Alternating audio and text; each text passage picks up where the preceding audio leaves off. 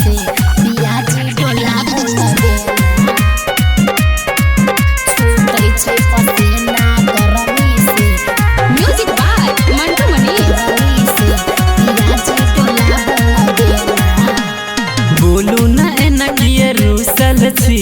पलंग पे आइब के सुतल छी ये बोलू ना एना किए रूसल छी बेड पे आइब के सुतल छी की भेलै हमर माना छूटै छै पसेना गरमी से पियाजी डोला बुनबे ना छूटै छै पसेना गरमी से पियाजी डोला बुनबे ना छूटै छै पसेना गरमी से पियाजी डोला बुनबे ना छूटै छै पसेना गरमी से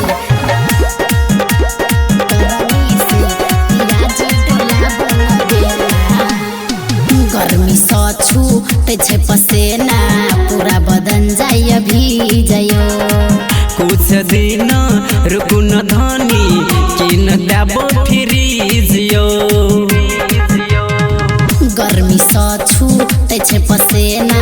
पूरा बदन जाइ भीजयो कुछ दिन रुकू न धनी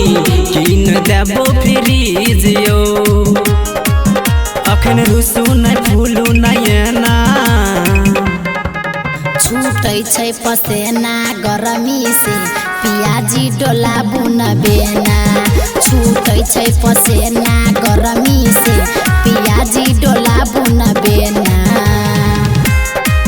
छूटै छै पसेना गरमी से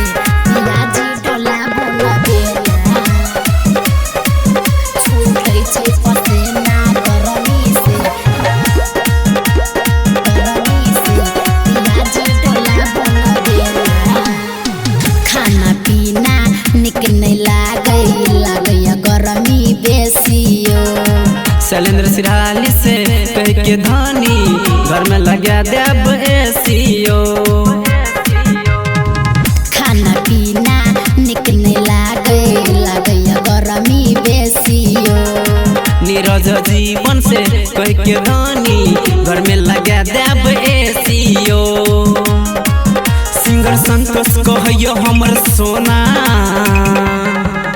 छूटै छै पसेना गरमी से